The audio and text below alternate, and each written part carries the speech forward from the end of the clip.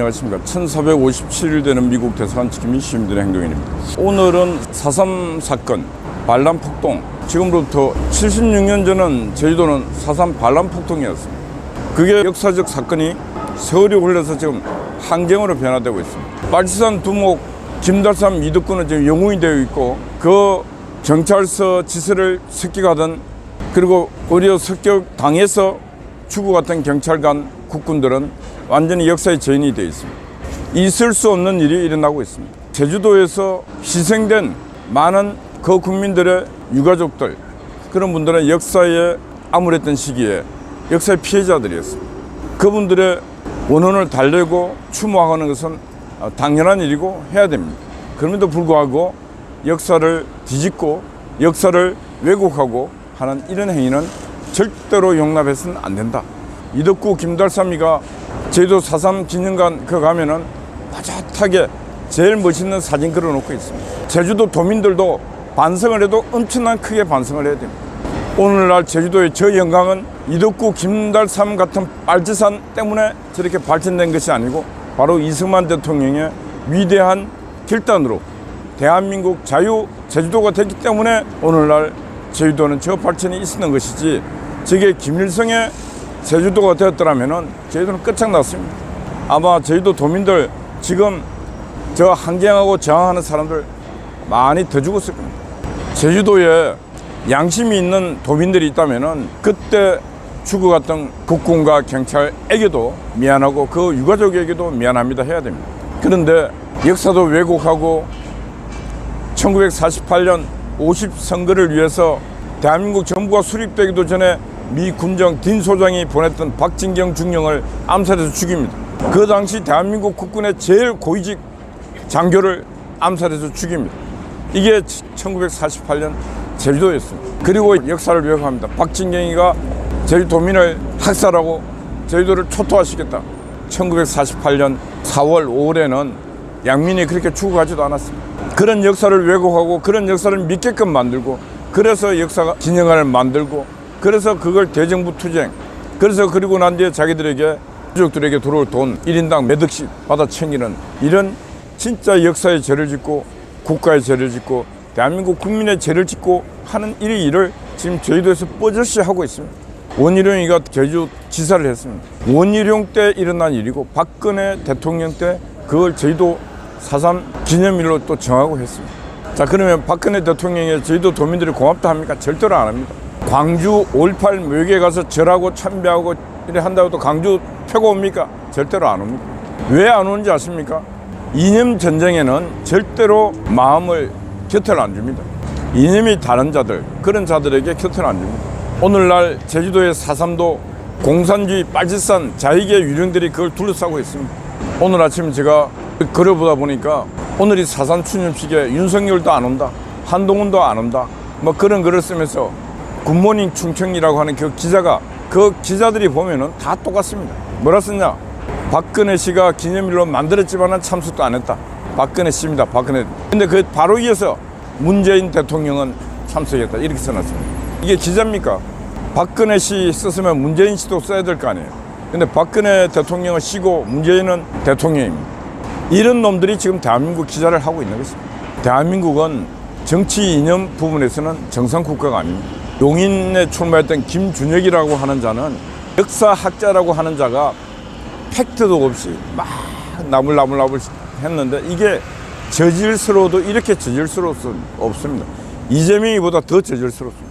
박정희 대통령이 초등학생을 추행을 하고 이하여대 그 일제시대 때 김한란 총장이 있을 때 이하여대생을 성상납하고 미군에게 성상납하고 막 내뱉습니다. 이런 자가 대한민국 국회의원 하겠다고 지금 다 출마를 했습니다. 이런 자를 또 공천한 자가 이재명이. 진짜 제가 볼 때는 이재명과 그 아류들이 대한민국 정치를 장악하면은 이 땅에 있는 여자들이 거의 다 그냥 막 이재명이 숙청을 들어야 됩니다. 김정은이 김일성의 왕국처럼. 그래 하고도 남을 넘어에 집단이 바로 이재명 집단입니다. 왜 그런지 아십니까? 자유운동을 한 자들은 공산주의는 그러잖아요. 공유재산, 모든 재산이 다 누구 겁니까? 국가 거예요. 그래서 그 모든 재산이라는 게 물질도 있지만 사람도 그 해당합니다. 사람. 옛날에 학생운동하고 할 때 남녀가 그냥 서로를 공유하는 거예요. 그 공유시킨 이유가 제일 큰 프레임은 목적을 위해서는 모든 걸 다 바쳐야 된다. 목적을 위해서는 여자도 바치고 남자도 바치고 성도 바치고 다 바쳐야 돼. 재산도 바치고 다 바쳐야 돼. 그렇게 살아온 놈들이 바로 그런 놈들입니다. 그들은 목적을 위해서 안 되면 남도 죽이고 정의라고 없는 자들입니다. 그들의 정의는 바로 어떤 정의냐 하면은 이기는 게 정의입니다. 이재명은 수단과 방법을 다 써서 할 것입니다.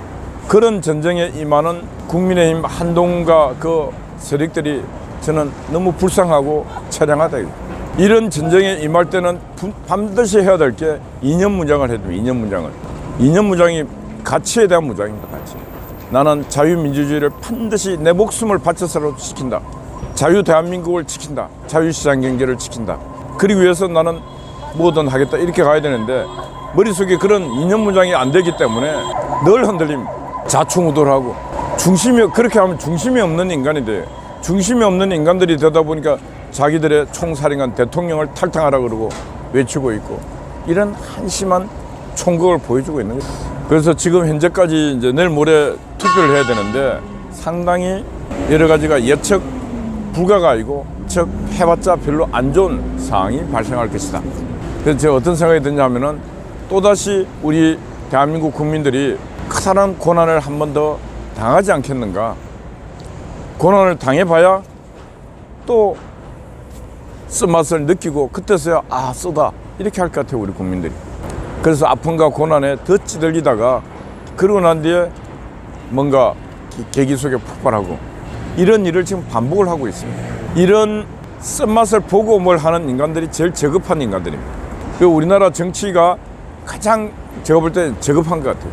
언젠가 분노한 국민이 일어날 때 그 힘은 누군가가 제어하기 힘든 상태로 분노의 물결이 일어나리라 저는 보고 있습니다. 이재명 같은 인간, 조국 같은 인간, 황운하 같은 인간 이런 인간들이 어떻게 국민을 정치하고 통치하겠습니까? 미래 시대는 이제 절대 권력을 행사해서는 안 됩니다. 이제 국민 개개인이 그런 권력을 행사할 수 있을 정도의 힘을 갖고 있습니다. 세상이 많이 바뀌었습니다. 국민이 무지하지 않습니다. 국민을 일순간 속일 수도 없어요. 왜? 다 자기 핸드폰 갖고 금방 하나 딱 손가락을 치면 검색이 다 일어나. 거짓말을 하고 있다. 진실을 말하고 있다. 다 일어납니다. 의사들이 한 85%, 90%가 의대 정원 반대. 지금처럼 고수. 이걸 여론조사 한 놈도 그렇고 그걸 뉴스에 내는 놈들 그렇고 미친 놈들 같아요. 의사들이야 저거 이익을 위해서 당연히 하죠. 의사가 왜 존재합니까? 의사가 존재하고 한 이유는 바로 환자들을 위해서. 환자들을 위해서 존재하는 것이지. 그래서 정부는 그동안 의사들이 저렇게 연전연승 할 때마다 정부가 손을 들어줬습니다. 이제는 저는 윤석열 정부는 절대로 의사들에게 항복해서는 안 된다.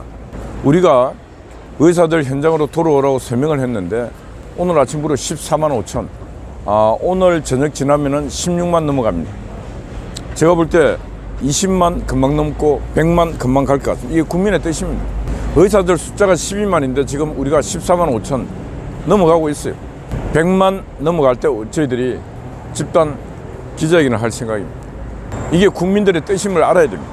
우리처럼 이렇게 미약한 그런 시민단체에서 이런 운동을 하는데 15만 가까이가 지금 잘하고 의사들은 돌아오라고 지금 요구를 하고 있는 것입니다. 윤석열 대통령은 절대로 굴하지 말아야 돼요. 의사정은 반드시 관철시켜야 됩니다. 다른 방법이 없습니다. 가면 갈수록 의사들 수는 더욱더 정원이 요구되고 있습니다. 그럼 어떻게 해야 돼? 그냥 의료 개방을 해갖고 외국 의사들도 오게 해야 됩니다. 저는 이번에 의사들 하는 이걸 보고 진짜 나쁜 놈들이다 이런 생각이 들어요. 왜?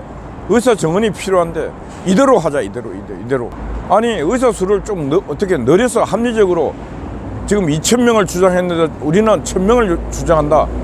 아니 왜 1,000명이어야 하는가? 아니면 왜 500명이어야 하는가? 그런 합리적 이성적인 얘기를 안 하고 이대로 하자는데 90% 동의한다고. 저는 의사들이 저 옆에도 있지만 미친놈들 아닙니까? 가면 갈수록 고령화에 초고령화로 가면 더 많은 의사가 필요한데 지금 현재 의사 수가 부족합니다. 지방은 의료 환경이 아주 열악합니다. 서울 빅5 병원 외에는 또 환자들 잘 안 가요. 그래서 윤석열 대통령이 이 4.10 청순에 지든 말든 저는 해야 될 의료개혁은 반드시 하고 지방 거점 병원을 서울에 있는 빅5 병원 못지않게끔 여러 가지 시설 투자 그리고 의사 정원 확대해서 반드시 지방에 사는 국민들도 편안한 안전한 안심하고 의료 혜택을 받을 수 있게끔 반드시 해야 된다. 그럼 훗날에 반드시 국민들은 윤석열 다른 거는 못했지만은 그 의사들과의 전쟁에 성공한 부분은 박수를 반드시 보낸다. 그날이 오리라 저는 확신합니다. 그래서 4.10 총선이 마치고 하면은 한의사 협회하고도 대화를 하세요. 전국에 있는 한의사들에게도 진료하고 치료할 수 있는 여러 가지 권한을 주시고, 왜? 조선시대 때 한의사들이 다 치료했습니다. 권한을 주세요. 양의사들, 외과 수술, 한의사들 다 할 수 있어요. 그래서 더 이상 의사 집단의 독점 카르텔에 국가와 국민이 끌려다니는 그런 일은 없기를 저는 국민의 한 사람으로서 저는 희망합니다. 윤석열 대통령의 여러 가지 계획이 있었는데 아직까지는 제대로 된 개혁의 성공이 하나도 일어난 것이 없다. 원칙을 세워서 꾸준하게 가면은 반드시 성공한다. 저는 그걸 확신합니다. 국민은 그런 지도자를 바라고 있고 그런 대통령을 바라고 있습니다. 뭐 할 때마다 손들고 저버리고 타협하고 그렇게 하려면 대통령이 하지 말았어야지. 왜 의사들 중에서도 양심 있는 사람이 없는가? 어른이 없는가? 이때 나와서 대통령하고 우리 의사들하고 한번 만나보자 해갖고 만나서 진짜 국민이 지켜보는 가운데서 공개된 토론도 한번 해보고